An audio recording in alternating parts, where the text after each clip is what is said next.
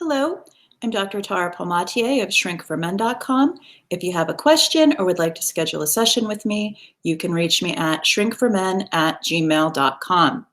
The topic of this video is how to be a successful female narcissist in 5 easy steps. Now, before I get started, and let me add, this is my material. It's from an article I wrote back in 2016. Before I get into it, I want to issue a satire warning because frankly, I think trigger warnings are ridiculous. That being said, this video is a work of humor, gallows humor, dark humor, or at least my attempt at it.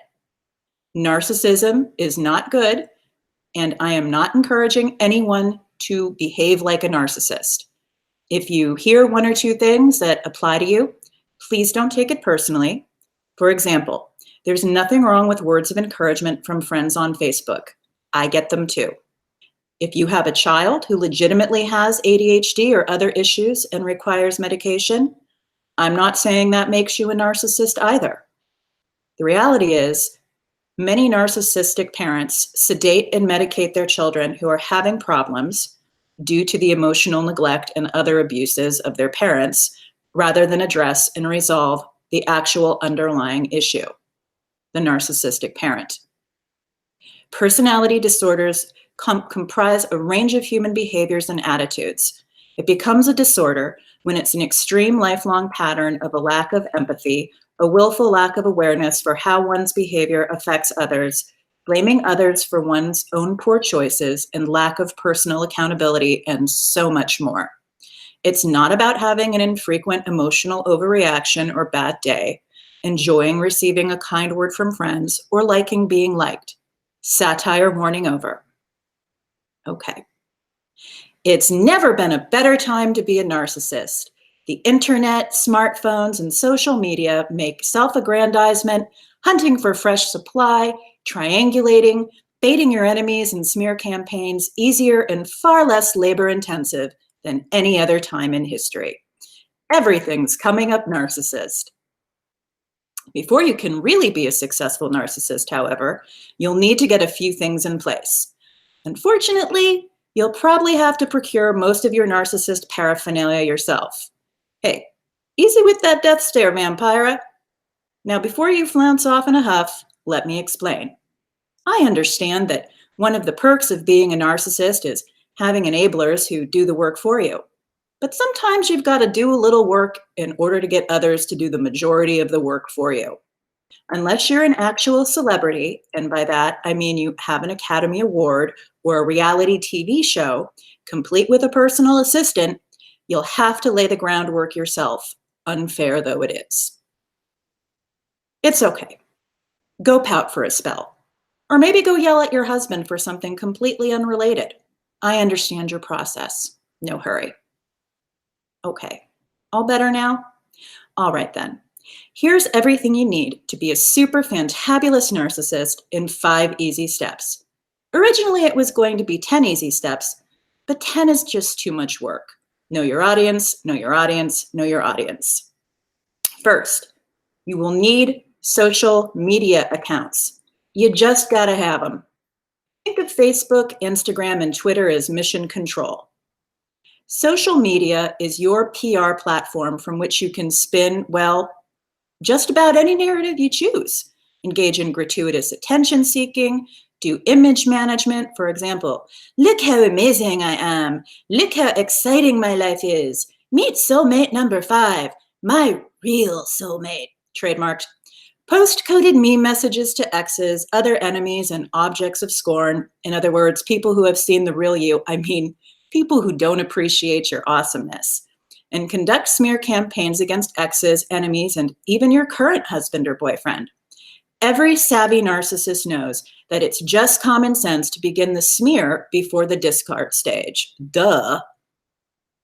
Portray yourself however you wish. The bigger the disconnect from reality, the better. Pretend you're some combination of Mother Teresa, Princess Diana, Martha Stewart, St. Francis of Assisi, supermom, reality star, or big-hearted philanthropist. Remember, the bigger the lie, the more it will be believed. This can get tricky if you have difficulty tracking your myriad narratives and versions of the truth, trademarked, or whatever the new truth, trademarked, happens to be, but well-trained minions, and I'll get to them in number 3, won't notice, or at least will know better than to call you out. What's more, most people don't like to admit they've been conned. Out of a kingdom of many, only one subject said the emperor was naked, and everyone ignored that pesky big-mouthed kid. So lie big or go home. 2, you will need a selfie device, or what the normals call a smartphone. It's your attention-seeking paintbrush and canvas, your hammer, your surveillance system, your triangulation conduit, your harassment and stalking portal, your tracking device, your home invasion passport, in other words, incessantly calling the kids when they're with their dad and stepmom, and the very best part, it texts. Got some free time on your hands? Feeling bored and ignored? Feeling irritable because you're feeling bored and ignored? Not able to get your boyfriend or husband to comply to your demands or admit everything is really his fault before he leaves for work in the morning? Let the text rip. As many as you can send in an hour, the better. If he doesn't have the kind of job where he can respond to each and every one of your text missiles, or has the good sense not to, it's just one more grievance for the grievance list. So text away. It's all win-win for you. Even better, this is a piece of equipment that you can have someone else get for you, like a boyfriend or mom or dad, if they're still paying your bills because you haven't found a boyfriend or husband to do that for you yet. It's your compact, lightweight, and portable base of operations by which to access mission control. So get one. 3, you will need minions. In other words, cheerleaders and flying monkeys. Having adoring minions is a must. There are 2 types of minions, cheerleaders and flying monkeys. Sometimes a minion can be both a cheerleader and a flying monkey. In other words, an especially useful minion. So don't take off your human suit in front of them, whatever you do. Cheerleaders will populate your social media accounts and become an endless reservoir of likes and sycophantic comments like, "Amen, sister, you're so brave. How do you do it all? Your kids are so lucky. You haven't aged a day in 30 years. Cheerleaders will mindlessly click like on your post with little or no thought about if what you've shared has merit or is actually connected to reality. For example, you get a wild hair and announce you're going to open a cupcake shop despite having no experience working in the culinary field. Like, oh my God, what an awesome idea. You always had the best easy bake oven cupcakes when we were kids. You're going to be the next cake boss. Whew, okay. $10,000 in commercial grade kitchen equipment and one $75 tray of cupcakes sold to your cousin Sherry for her 10-year-old's birthday party later. You can declare it a raging success before closing shop to spend more time with your family. Like, we knew you could do it. It's sad you have to give up your dream, but family comes first. You're so giving. You're so self-sacrificing. No need to remind your cheerleaders that your bake shop was in your kitchen in your home, or tell them that your kids and husband did most of the work for you. You're sacrificing your lifelong dream and redevoting yourself to your family. And there's really no need to mention that your lifelong dream was hatched after a bottle of Chardonnay, 3 Xanax, and binge-watching Cupcake Wars for 72 hours straight, 2 days before you made your Facebook announcement because you were mad and resentful that your husband golfs on weekends. And this was an attempt to take that away from him by demanding time and money. Good cheerleaders will applaud you every harebrained step of the way and never call you out on your delusions of grandeur and shameless attention seeking. Flying monkeys and cheerleaders who do online and offline stuff for you. These are important people. Again, any flying monkey or cheerleader who will do more than just click like on your social media, these are people you want to keep around because they're awesome sauce. They control your enemies and targets that you've punished by blocking or unfriending them. That is, if you haven't created a sock puppet account to do so yourself. or several sock puppet accounts, or enemies and targets who have had the good sense, the nerve to unfriend or block you. They'll help you facilitate your smear campaigns and provide you with alibis if you're cheating on your spouse or partner. Good flying monkeys understand how unappreciated you are and that you deserve a little happiness in your life. It doesn't matter that your husband ignores you because he has to work 60 hours a week due to your underemployment and very expensive horse rescue work for which you aren't paid. Flying monkeys are also a good source of real-world favors and free labor. So cultivate flying monkeys who know how to cook, organize, clean, do carpentry, electrical work, and plumbing, etc. Even when you're capable of doing the work for yourself, every narcissist knows it's just better when you can get other people to do it for you. 4, you need kids and/or animals. Savvy narcissists know that props are essential. Kids, more so than animals, make the best props for several reasons. First, the potential for Mother of the Year posts are endless. If you're divorced or never married the father, in parentheses, fathers of your children, you can even co-opt Father's Day now, and your minions will applaud you for being so brave and doing it all. Kids will net you more likes just because you have cute kids. Take a page from what ad execs have known for years. Babies and puppies. You can't go wrong.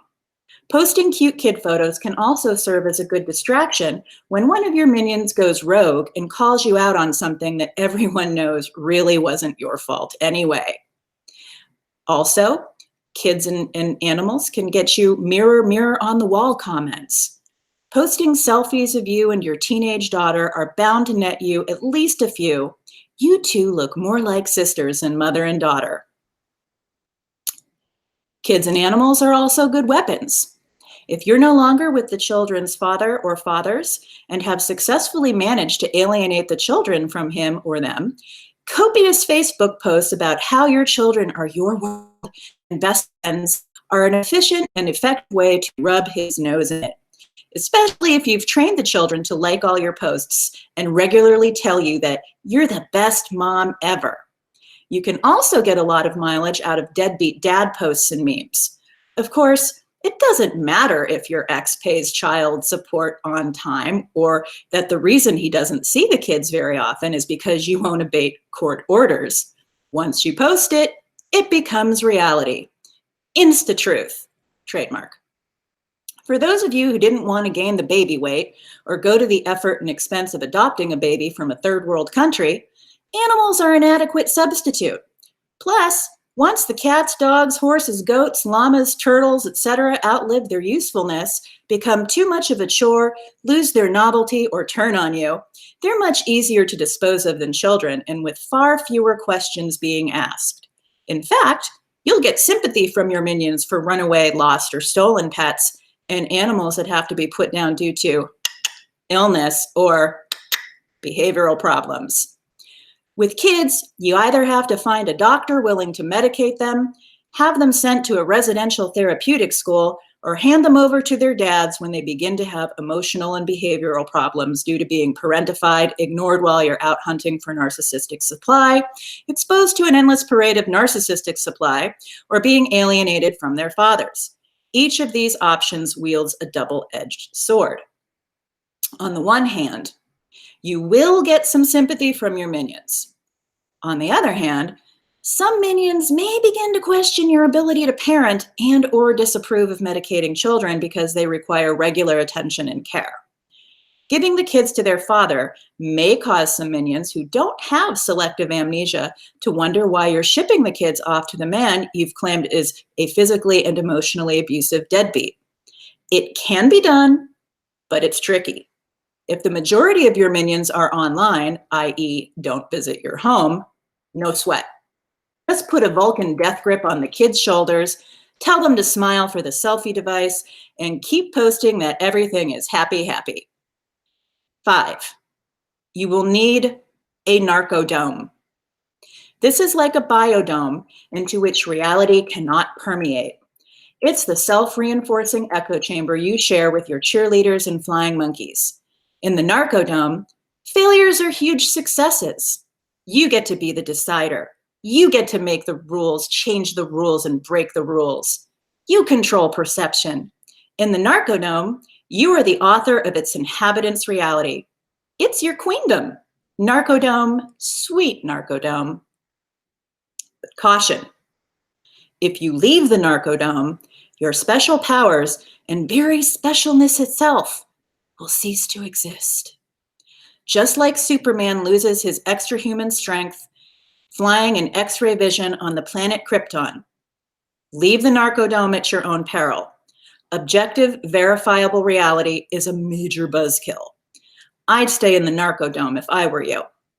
Okay, now that you have the basic blueprint for effective female narcissism, get to it. No, really, you have to do some of this for yourself. All right, fine. Go yell at your husband some more. Once you get that out of your system, it's time to get to work. I think I just had a sarcasm-gasm.